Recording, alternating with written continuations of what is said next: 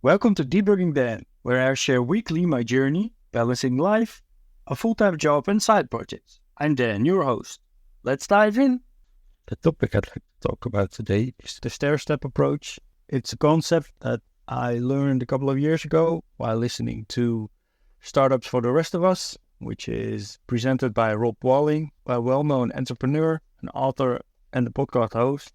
But he's also responsible for Microconf and I believe also Tiny Seed. And he coined the concept of the stair-step approach. And I have been struggling with my side projects and getting them to gain traction. And then I remembered this concept. I'd like to talk about that today, explain it a little, and muse on how it applies to me. So the stair-step approach is a strategy for building a business incrementally. The idea is it consists of 3 phases: your first product, own your time, and then recurring revenue. So your first project is about starting small, since you're starting with your first thing, you don't know everything, you're not familiar with the concepts, you don't know what to pay attention to, so you start small, and so that you can iterate fast, you can pivot, you can learn a lot of things by doing and just starting your product. And it could be anything. It could be an ebook, could be a course, could be a small tool. Doesn't really matter what it is. Just start doing something and then you'll learn about doing marketing, what works for that product, what doesn't. And slowly you will try to gain traction, get more users, and hopefully eventually get some income. And then slowly, when that grows, you get to phase 2, own your time, where you are going to be responsible for your own time. It could be that in phase 1, you do the side projects really as a side project, so you're not relying on its income yet. And when you get to phase 2, it means that your product or products have grown enough to really start doing it on your own time. Give up your job or something else and really focus on the product itself and try to let it grow. That's the idea. You own your time, you grow, you learn more and you do more and you just continue. And this is also the point where you learn what the maximum growth is of the current iteration of your project, whether you need to do another pivot as you gain more information, what works, what doesn't work, how to obtain more users. That's what you're finding out in this phase. The third phase is recurring revenue, and that's, as Rob calls it, the holy grail for every entrepreneur. So in the phases before, you had to scramble every month to get paying users, get income as you were selling your course or your ebook or your product. But as your product has grown, you could start offering subscriptions. Recurring revenue is the goal.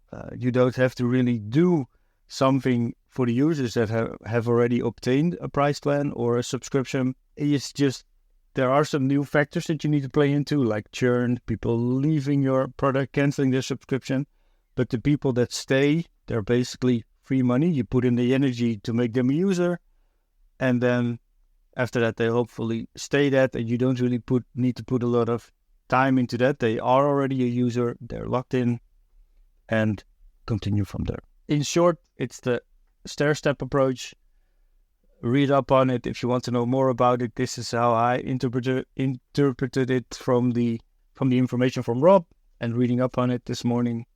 And how it applies to me, I've always kind of been going 2 steps faster. So I always try to get to step 3 at once. So I've been building the stuff that I've been building, and that's probably also experience from my work, are bigger products that take time to build, but do a lot of things at the same time.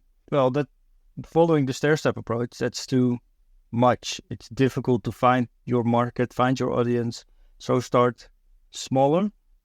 That's what I'm realizing now. And maybe in the coming months, I will be scaling back the things that I'm doing and more focusing on building products, multiple ones, trying to find the audience, trying to market them, see what works, what doesn't. And if one of them gains traction, or multiple of them, I could try to use those to move to step 2 and really start growing those and improving them. That's what I will be focusing on for the coming months to find smaller things that work that I could iterate fast on. And I'm also going to be learning more about SEO, so search engine optimization, because if I'm building multiple stuff, I also need to find sources where streams of people that are able to find my product. And SEO is the long game, but it's also the free game. So I don't have any budget for running ads or stuff like that. And I kind of like the idea of SEO.